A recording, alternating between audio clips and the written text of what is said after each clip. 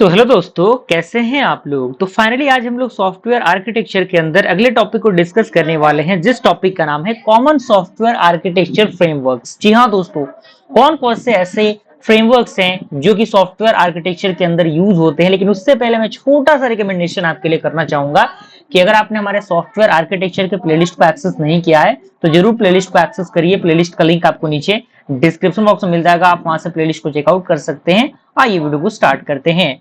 कह रहा है कि software architecture frameworks provide a structured way to design, document and manage software architectures. यानी वही बात है कि ये जो सॉफ्टवेयर आर्किटेक्चर फ्रेमवर्क होता है ये एक स्ट्रक्चर्ड वे यानी एक ये तरीका प्रोवाइड करता है जिस तरीके से हम लोग डिजाइन करते हैं, डॉक्यूमेंट करते हैं और मैनेज करते हैं। किस चीज को भाई? आम को मैनेज करते हैं, इमली को मैनेज करते हैं? नहीं, हम सॉफ्टवेयर आर्किटेक्चर को मैनेज करते हैं। क्लियर है? दूसरा पॉइंट कह रहा है कि these frameworks guide how components are defined, organised and how they interact. यानी ये जो आपका फ्रेमवर्क है ये हमें गाइड करता है कि आखिर कैसे जो कंपोनेंट है वो डिफाइंड होता है, कैसे उसे हम लोग ऑर्गेनाइज करेंगे और ये कैसे इंटरेक्ट होगा, जो इंश्योर करेगा उसके स्केलेबिलिटी, मेंटेनेबिलिटी एंड कंसिस्टेंसी को अक्रॉस द सिस्टम। ठीक है।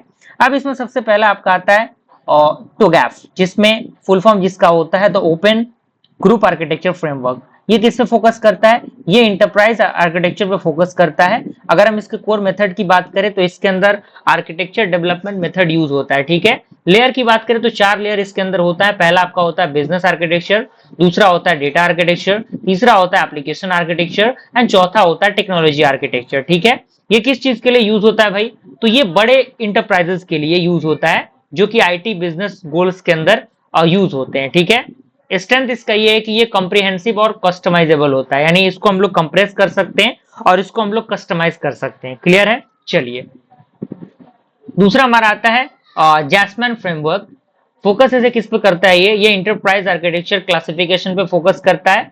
इसका स्ट्रक्चर कैसा होता है? ये आपका मैट्रिक्स होता है जिसमें 6 कॉलम्स होते हैं, यानी what, how, where, who, when, why. ये सारी चीजें इस पे डिस्कस की जाती है कि क्या है, कैसे है, कहां से, कौन, कब, क्यों। ये सारे पॉइंट इस पे ध्यान दिए जाते हैं। ठीक है। और इसमें रोज कितने होते हैं? 6 होते हैं, 6 कॉलम 6 रोज, जिसके अंदर प्लानर, ऑनर, डिजाइनर ये सारी चीजें आती हैं। ठीक है।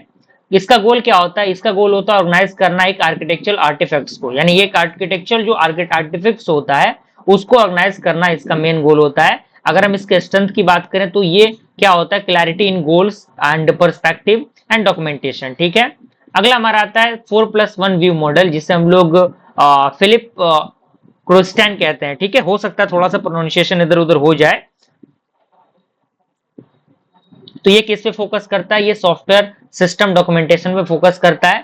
अगर हम इसके व्यूज की बात करें तो लॉजिकल व्यू होता है जिसके अंदर class diagrams, object oriented structure, document development view जिसके अंदर मॉड्यूल कंपोनेंट ऑर्गेनाइजेशन आते हैं, प्रोसेस व्यू जो कि रन टाइम बिहेवियर कंकरेंसी इसके अंदर आता है, फिजिकल व्यू जिसके अंदर डिप्लॉयमेंट एंड इंफ्रास्ट्रक्चर, सिनेरियोज +1 जिसके अंदर ये यूज केस होता है टू वैलिडेट द आर्किटेक्चर, यानी आर्किटेक्चर को वैलिडेट करने के लिए ये यूज होता है।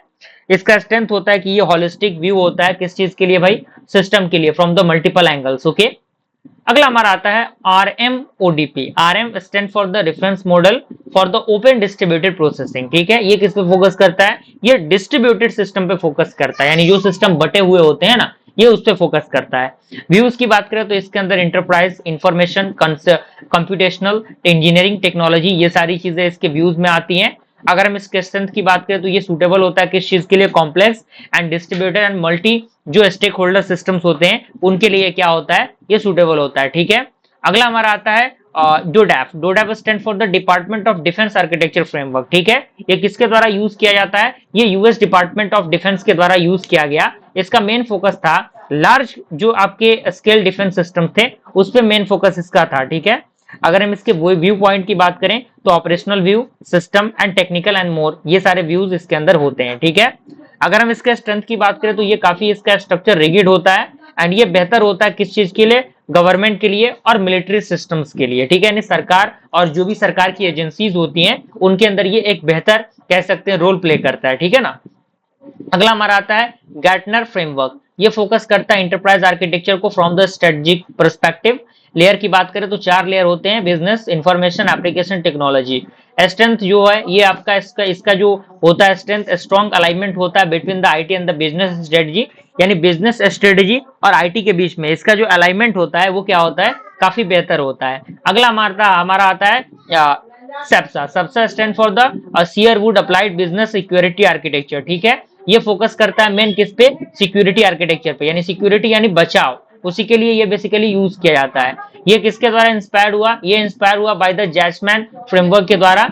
एंड लेयर की बात करें तो इसके अंदर conceptual, contextual, logical, physical and component layer, ये इसके अंदर लेयर्स आते हैं। अगर हम इसके स्ट्रेंथ की बात करें तो सिक्योरिटी ड्राइवन आर्किटेक्चर प्लानिंग इसके स्ट्रेंथ है, ठीक है। अब यहाँ पे लास्ट में एक कंपैरिजन टेबल दिया गया जिससे कि चीजों को याद करने में आपको परेशानी नहीं होगी, आप कम समय में चीजों को बेहतर तरीके से याद कर सकेंगे, इसके लिए इस चीज को ऐड किया गया यहाँ पे। आई थिंक कोई परेशानी दिक्कत आपको इसके अंदर नहीं होनी चाहिए, ठीक है। तो अच्छी तरीके से इनको देखिए, कंप्लीट करिए, ओके, क्लियर है, कोई दिक्कत नहीं होनी चाहिए यहाँ पे।